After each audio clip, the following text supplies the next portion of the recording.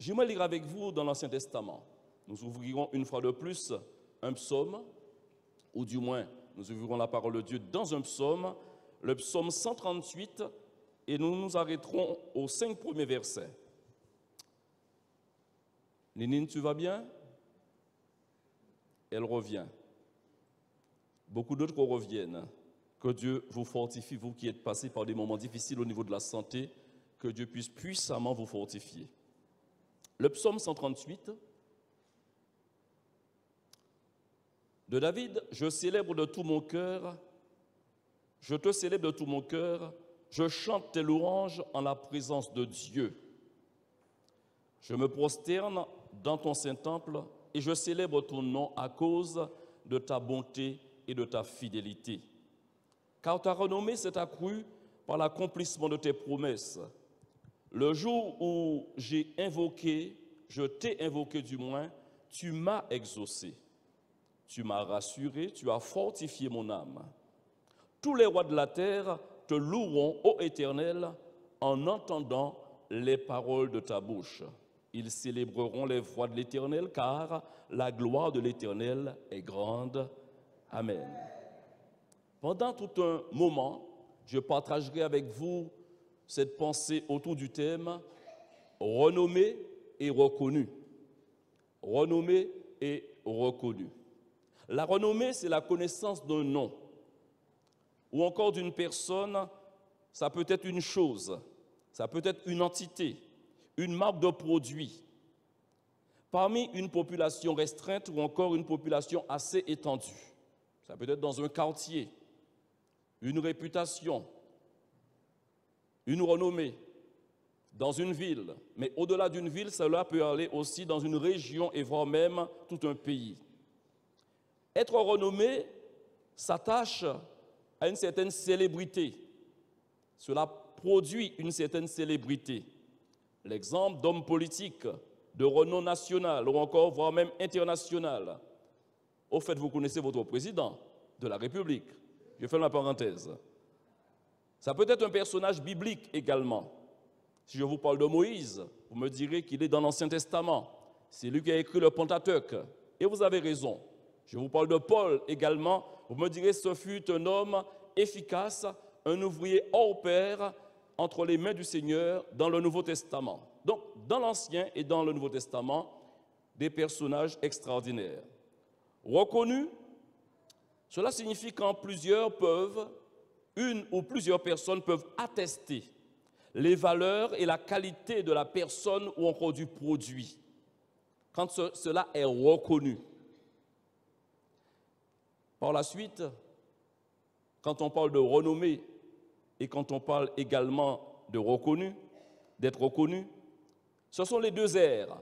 Mais par la suite, cela peut être accompagné de ce troisième, l'autre R, la réputation, qui naturellement va trouver sa place, légitimement va trouver sa place. Je reviens sur les personnes de Moïse et de Paul. Moïse fut un législateur. Moïse fut un homme de Dieu. Il a été dit de lui qu'il était l'homme le plus patient. Est-ce que vous le savez? Il fut un homme charismatique parce qu'il avait une communion exceptionnelle et particulière. Ce qui faisait qu'il avait une représentation de Dieu. Dieu ne lui parlait pas comme n'importe qui. Lorsqu'il parlait ou communiait avec Dieu, il avait une représentation de la personne de Dieu. D'ailleurs, lorsqu'il sortait de cette présence majestueuse, lui, il avait un visage qui rayonnait, au point qu'un voile lui était placé sur le visage parce que cette brillance, cette brilleur gênait celles qui étaient en face. La gloire de Dieu sur sa personne. C'est la renommée qu'il a eue. Si je m'arrête sur la personne de Paul, je peux dire sans me tromper qu'il fut le plus grand apôtre, un travailleur infatigable, un homme de conviction, un homme convaincu, un homme déterminé, charismatique lui aussi. Vous savez que les faux docteurs le craignaient, mais également, je peux dire que les démons craignaient également Paul. Les démons, le diable craignait Paul, parce que Paul était un homme transparent, un homme juste, un homme rempli d'amour, un homme aimant l'Église de Jésus-Christ, un homme aimant les âmes perdues. Pendant toute sa vie, il a eu à faire plusieurs voyages missionnaires. Il n'était pas effrayé par l'hostilité d'un lieu. Il se rendait là où l'Esprit le dirigeait. Il n'était pas pour son confort personnel. Qui n'a pas en mémoire aujourd'hui ce qu'il a déclaré, disant qu'il ne faisait aucun cas de lui-même, pourvu qu'il accomplisse le dessein de l'Éternel. Il n'était pas un homme dans la lâcheté. La peur n'était pas dans son cœur. Mais chaque jour, sa priorité, c'était de donner gloire à Dieu en aimant l'Église et en aimant les âmes perdues. Renommé et reconnu, la renommée et la reconnaissance sont indispensables pour la personne qui en bénéficie. Mais aussi, la renommée et la reconnaissance sont indispensables pour ceux et celles qui sont craintifs, pour que cela puisse renverser la barrière de la crainte, la barrière du doute dans le cœur de ceux et celles qui cherchent à s'approcher de quelqu'un de renom. Ça peut être une femme de renom, ça peut être un homme de renom, mais pour rassurer ces personnes, les mettre en confiance, en sorte qu'ils aillent librement vers les personnes de renom, il est bon que cela soit une réalité. C'est bien connu, frères et sœurs. Personne ne fait confiance au premier venu. Personne ne fait confiance au premier venu. Justement, la réputation d'une personne rassurera le cœur de celui qui est dans une démarche. On m'a parlé de monsieur, on m'a parlé de madame. Au fait, les présents de ce jour, les présents qui sont ici en ce jour, qui sont-ils? Qui vraiment êtes-vous venus adorer? Qui êtes-vous venus adorer?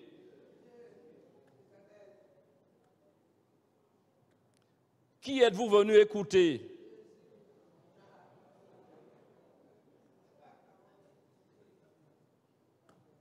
Première question. Qui êtes-vous venus adorer? Qui sommes-nous venus adorer? Deuxième question. Qui êtes-vous venus entendre ou écouter? Eh bien, je m'en vais. Non, vous êtes venus écouter Dieu. Je n'ai rien à faire là. Je peux rester alors. D'accord, je continue. On se comprend. Au sens propre comme au sens figuré. Au sens propre, vous êtes venus entendre un homme. Quand les gens se dirigeaient dans le désert pour écouter Jean-Baptiste, ils n'entendaient pas un ange. Ils n'entendaient pas Non, ils entendaient Jean-Baptiste. Quand on vient à rue Maurice-Marie-Claire, on vient pour entendre, au sens propre, un homme, un prédicateur. Pourquoi pas? Et ensuite, on entend la voix de Dieu. Dans tout ce qui est dit, dans tout ce qui est présenté, promulgué, annoncé, la voix de Dieu se fait entendre. Parce qu'il parle tantôt d'une manière, tantôt d'une autre. Alléluia. Troisième question. Aux côtés de qui êtes-vous assis?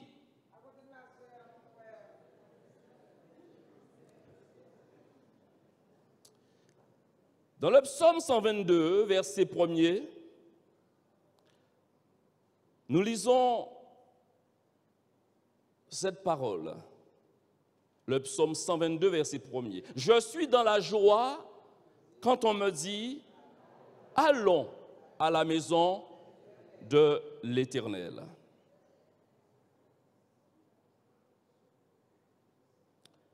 Une autre version dit « Quelle joie !» quand on me dit, ou quand on m'a dit, nous allons à la maison du Seigneur. Quelle gestion que certains parents ont eu à faire quand ils ont dit ou révélé à leur enfant où ils se rendaient. On a entendu des enfants bouder, on a vu des enfants récalcitrants. Maman, je ne veux pas aller. Papa, je ne veux pas aller. Si mon ouké aller, puisque là aller, c'est là où aller. La démarche de se rendre dans un lieu est rassuré par la connaissance. La connaissance de quoi? La connaissance des personnes qui seront dans ce lieu ou encore à ce rendez-vous. Je me reprécise, la démarche de se rendre dans un lieu est rassurée par la connaissance des personnes qui vont se trouver là. Même des adultes ont pu déclarer à un moment donné, moi, en peu qui mettait pied moins là. À certains moments, nous avons eu à dire cela. Ou encore, lui, David, il a dit, quelle joie quand on me dit ou quand on m'a dit, nous allons à la maison de l'Éternel. À la maison de l'Éternel, le Seigneur est présent, que son nom soit béni. Là, 2 ou 3 sont assemblés en mon nom, dira Jésus, je suis au milieu d'eux. Quand on parle du Seigneur, sous-entendu que Dieu a des noms. Dieu a un nom pluriel. On ne peut pas dire seulement que le nom de Dieu c'est Dieu, on peut dire l'Éternel.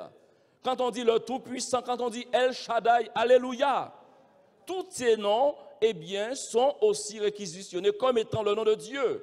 Et ce n'est pas une erreur que de dire cela.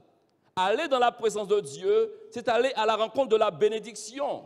C'est de se trouver là où Dieu peut faire de grandes choses extraordinaires, puisque rien n'est impossible de la part du Seigneur. Il fait bon d'être dans la maison du Seigneur. Il fait bon de se retrouver là où Dieu est, puisque dans la présence de Dieu, il se passe des choses extraordinaires. Lors de la transfiguration, ceux qui y étaient ont tellement apprécié qu'ils ont dit, Seigneur, faisons 3 tentes, alléluia, et que nous puissions rester là. Alors, c'était juste parce que le contentement était à son comble. Il y a des moments quand le cœur est vraiment dans la joie, l'on voudrait que ça demeure, l'on voudrait que ça dure, que ça ne dure pas juste un instant, que ça ne soit pas éphémère, mais que ça soit pour tout le temps. C'est pourquoi l'homme et la femme que nous sommes, nous apprécions ce qui est bien. Nous savons distinguer ce qui est bien de ce qui est mauvais. Nous savons apprécier une belle et une bonne ambiance. Que Dieu soit glorifié. Dieu ne fait pas d'acception de personne. Dieu sait accueillir les uns et les autres. Dieu sait accueillir ses enfants. Il sait accueillir les malheureux. Il sait accueillir les indigents. Il sait accueillir les hommes de la terre. Tous les hommes viendront à lui parce qu'il est un Dieu qui écoute la prière. Jésus a pu dire dans Jean 6, verset 37, « Tous ceux que le Père me donne viendront à moi, et je ne mettrai pas dehors celui qui vient à moi. » Si tu es là, tu es assis aux côtés d'une personne qui peut-être ne voit pas de bon œil que tu sois dans ce lieu, j'aimerais te dire aux yeux de Dieu, tu es le bienvenu. Aux yeux de Dieu, tu es la bienvenue. Oh, cela s'est déjà produit dans certaines manifestations, dans certains lieux où des gens ont été mis à la porte, parce que ces gens dérangeaient, parce que ces gens n'étaient pas les bienvenus. Pourquoi? Pour plusieurs raisons, pour plusieurs causes. Le temps manquerait pour développer cela. Mais j'aimerais vous dire, qui que vous soyez, si vous êtes un ouvrier de paix, si vous êtes une personne dans la démarche de bien connaître Dieu, si vous cherchez qui est Dieu, si vous avez entendu et lu ou encore lu cette parole qui est dit « Cherchez et vous trouverez, frappez et l'on vous ouvrira », eh bien Dieu est celui qui dit « Je l'ai dit, je prends mes responsabilités, tu me cherches, tu me trouveras ». Alléluia. Jésus a dit un jour à une grande population « Venez à moi vous tous qui êtes fatigués et chargés ». Pour amplifier le fait que Jésus ne fait pas d'acception de personne, lisons dans Matthieu chapitre 4, verset 23 jusqu'au verset 25. Jésus parcourait toute la Galilée, enseignant dans les synagogues, prêchant la bonne nouvelle du royaume et guérissant toute maladie et toute infirmité parmi le peuple.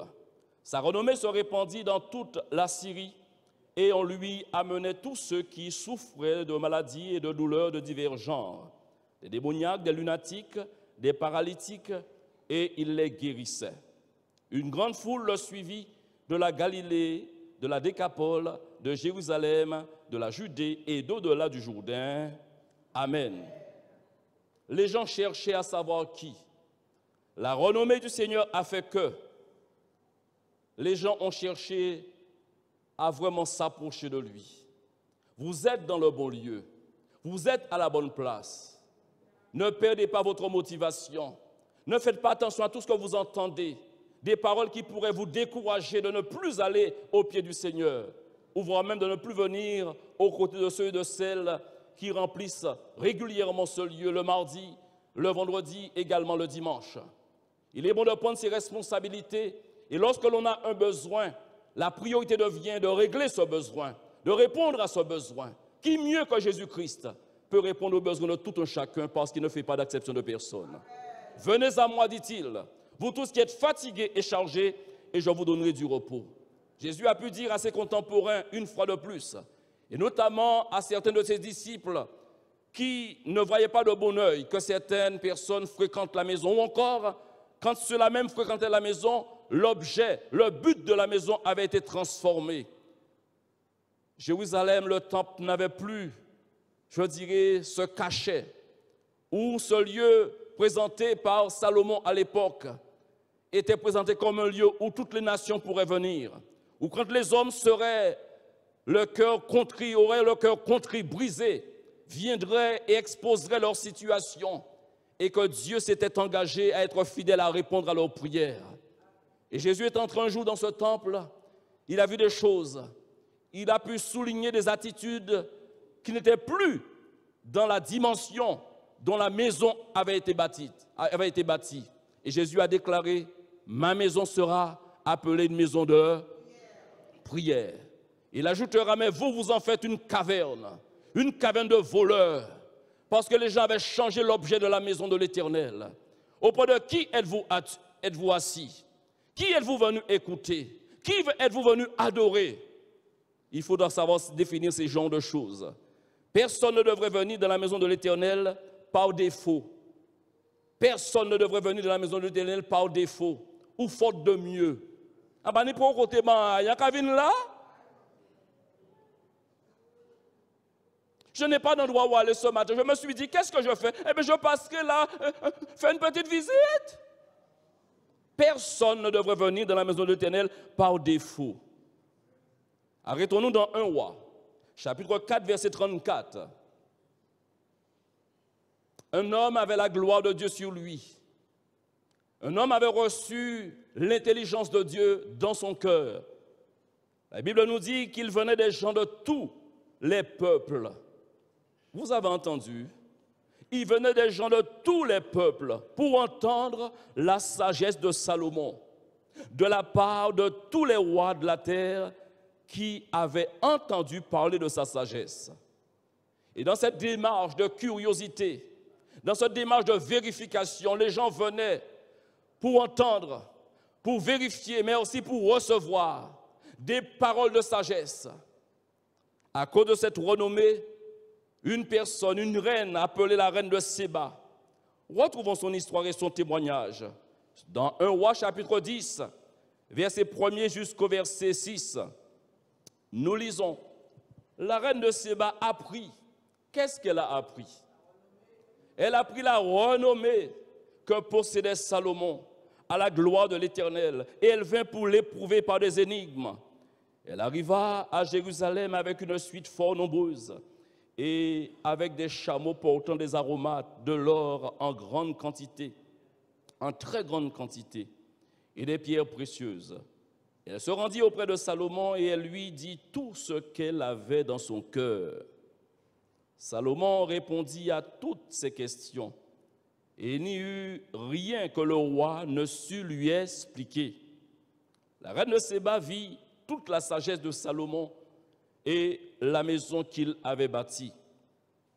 Et les mets de sa table et la demeure de ses serviteurs et les fonctions et les vêtements de ceux qui le servaient et ses échansons et ses holocaustes qu'il offrit dans la maison de l'Éternel hors d'elle-même. Elle dit au roi, écoutez bien, elle dit au roi parce qu'elle a vérifié. Selon l'expression, elle a touché du doigt.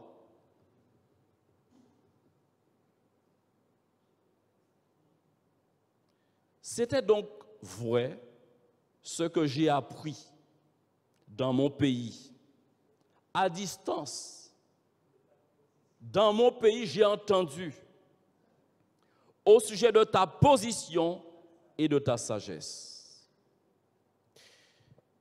Je vous l'ai fait remarquer dans le moment d'accueil en vous disant que s'il vous arrive d'avoir quelques fatigues parce que certains ont été se coucher tard, c'est une période de vacances.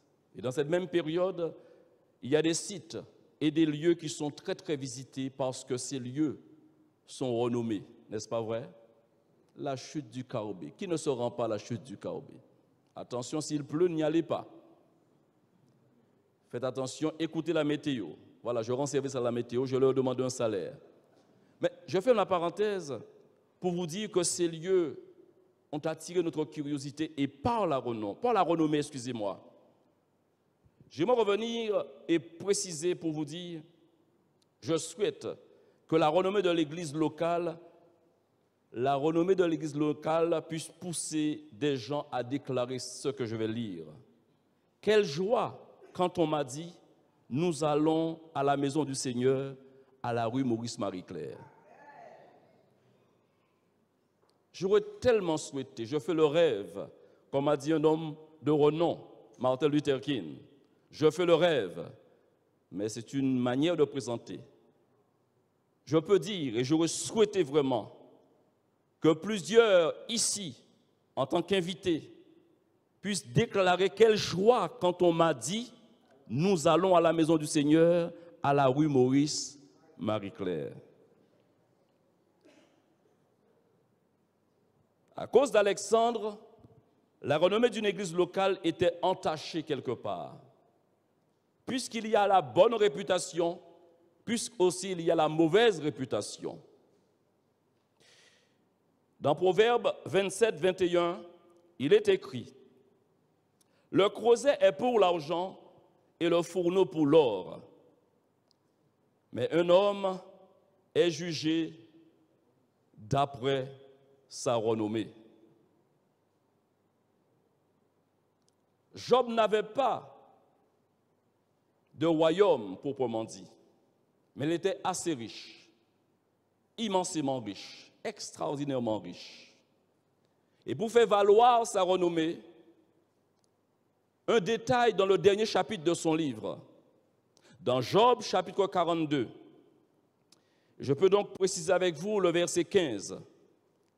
La Bible parle de la renommée de ces personnes, notamment ses filles. Il a eu plusieurs fils, je ne me trompe, il a eu environ 7 fils et 3 filles.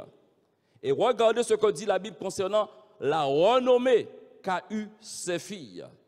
Il n'y avait pas dans tout le pays d'aussi belles femmes que les filles de Job. Cela veut dire qu'on peut avoir une renommée sur ce qui nous caractérise, sur ce qui nous présente, sur ce qui fait notre personne. Tous ont une renommée quelque part, à petite, à moyenne ou à grande échelle. Tu peux avoir là une bonne réputation dans ta famille, tu peux avoir une renommée dans l'église locale, mais ça peut dépasser donc les frontières. Nous lisons, il n'y avait pas dans tout le pays d'aussi belles femmes que les femmes de Job. Leur père leur accorda une part d'héritage parmi leurs frères. Je reviens à Alexandre pour vous dire, dans 2 Timothée chapitre 4 verset 14, il est écrit justement 14 et 15, « Alexandre le forgeron m'a fait beaucoup de mal. Le Seigneur lui rendra selon ses œuvres. Garde-toi. » Paul, aimant l'Église, aimant ses responsables, ses collaborateurs, ses collègues, puisque Timothée peut être considéré comme étant un collègue, un jeune pasteur, alors il l'aime. Et lorsqu'on aime quelqu'un, on met ces personnes en garde. On lui donne des avertissements. On s'inquiète de la sécurité de la personne. Il aime ce jeune homme. Garde-toi de lui, car il s'est fortement opposé à nos paroles ou encore à nos messages, à nos enseignements. Alexandre. Et pourtant, tout avait bien commencé. Il porte un nom qui devrait être un nom glorieux. Un homme qui devait être suivi d'une grande renommée. Avez-vous entendu parler d'Alexandre le Grand? Vous n'êtes pas d'accord? Alexandre le Grand. Aussi, on peut dire qu'Alexandre avait un nom qui devait tout lui procurer pour l'emmener à réfléchir, pour qu'il soit un homme en qui les gens peuvent avoir confiance. Et ce fut le contraire. Il a donc tourmenté l'esprit de Paul. Il a été un opposant farouche. Vous savez pourquoi? C'est pourquoi j'aimerais lancer cette mise en garde à tout homme, à toute femme qui est debout dans la foi. La Bible dit que celui qui est debout prenne garde de ne pas tomber. La foi d'Alexandre a sombré. Et quand vous sombrez dans votre foi, vous commencez à prendre des chemins que vous ne devez pas prendre. Vous adoptez des attitudes que vous ne devez pas adopter. Le caractère d'amour que Dieu a placé en vous commence à se transformer par un caractère de méchanceté. Vous n'avez plus la compassion que vous devez avoir, mais vous êtes continuellement aigris et dans le jugement, en train d'accabler les uns et les autres. Vous n'êtes plus dans la construction de l'Église. Vous n'êtes plus dans la construction des hommes et des femmes, dans l'édification des uns et des autres. Mais vous vous positionnez en opposant de la foi, en opposant des hommes de Dieu, en opposant des femmes de Dieu et en opposant de l'Église elle-même. Alexandre le forgeron m'a fait beaucoup de mal. Aux côtés de qui êtes-vous assis ce matin? On peut être assis aux côtés d'une personne bien-aimée. Mais on peut être aussi assis aux côtés d'une personne qui persécute les uns les autres. Il faut avoir du courage pour tenir la route pendant 1 heure de temps de message. Kébéred, Pamoli. C'est pour vous dire qu'à certains moments, ce n'est pas toujours facile. Le prédicateur que je suis ce matin n'est pas en train de mépriser l'Église de Jésus-Christ. Vous me connaissez assez comme cela. Ma renommée m'a précédé. C'est pour vous dire, je parle avec vérité, mais je dois décrier, dénoncer des personnes malveillantes qui ne viennent pas comme la reine de Séba pour entendre et pour découvrir la grandeur, la sagesse de Jésus-Christ, alléluia, mais qui viennent pour démolir l'Église de Jésus-Christ. Quelle que soit votre motivation, Dieu vous arrêtera.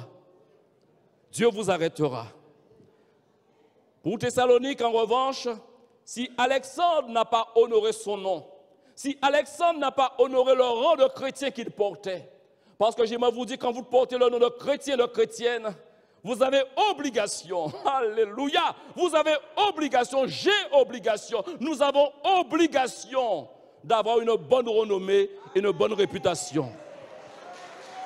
Alléluia. Nous avons obligation. Malgré nos faiblesses, on ne peut pas arriver. D'ailleurs, l'apôtre Paul s'interroge, mais qui peut suffire? Qui peut répondre aux exigences de Dieu? Qui peut suffire? Honnêtement, avec la grâce de Dieu, on peut tout. Mais de par nous-mêmes, nous sommes remplis de faiblesses, remplis de contradictions. Nous voudrions faire le bien, mais ce n'est pas toujours que nous faisons le bien que nous voulons faire. Que Dieu nous aide.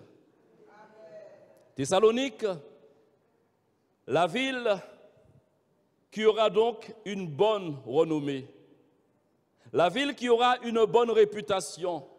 Avant que l'Évangile ne puisse visiter cette ville, Thessalonique, son nom signifie source chaude.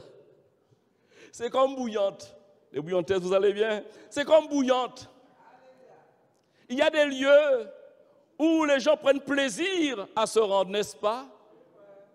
Au pied de la soufrière, il y a une source chaude. Dernièrement, j'ai découvert cela. En trempé à dents. Alors, c'est pour vous dire, Thessalonique signifie source chaude.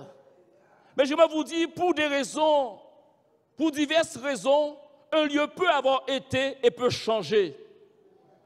Mais je veux parler de l'évangile qui a touché les Thessaloniciens. Et j'aimerais lire avec vous, vérifier avec moi, quelle était la vraie renommée et la vraie reconnaissance qu'a eu le peuple de Thessalonique, ou du moins pour ne pas exagérer, une partie du peuple de Thessalonique.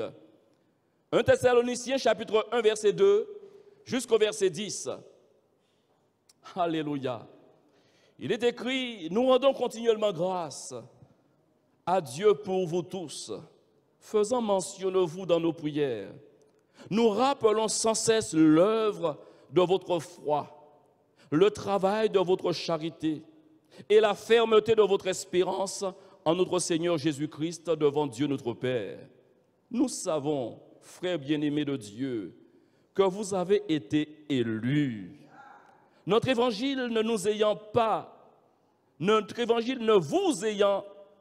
vous ayant pas été prêché en parole seulement, mais avec puissance, avec l'Esprit Saint et avec une pleine persuasion, car vous n'ignorez pas que nous nous sommes montrés ainsi parmi vous à cause de vous.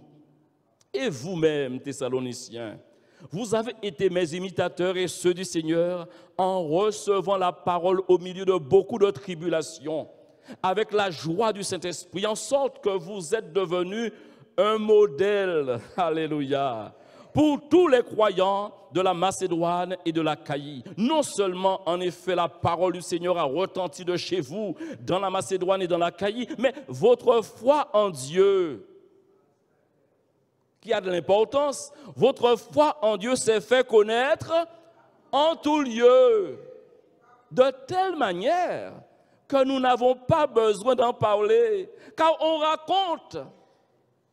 Qu'est-ce que l'on raconte sur ceux de la rue de Maurice-Marie-Claire? Car on raconte des Thessaloniciens.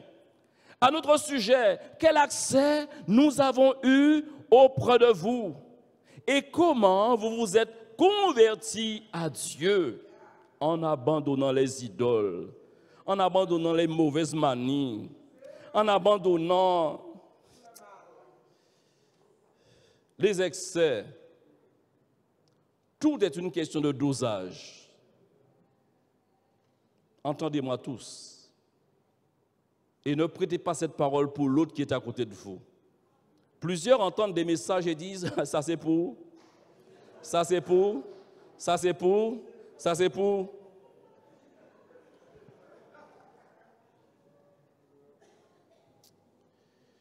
Entendez pour vous-même. Entends pour toi-même. Car on raconte à d'autres sujets quel accès nous avons eu auprès de vous et comment vous vous êtes convertis à Dieu en abandonnant les idoles pour servir le Dieu vivant et vrai. Et pour attendre des cieux son Fils qu'il a ressuscité des morts, Jésus qui nous délivre de la colère à venir. Est-ce le cas pour toi, mon frère? Est-ce la réalité pour toi, ma sœur?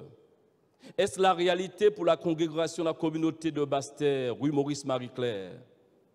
Oh, la renommée des Thessaloniciens n'était plus à contester. C'était donc carrément, j'allais dire, c'était approuvé par l'homme de Dieu, Paul lui-même.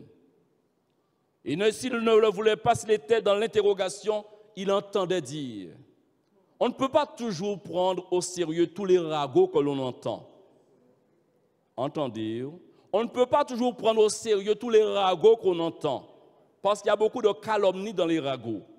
Seulement, quelqu'un a dit que dans les ragots, dans les calomnies, il y a un peu de vrai.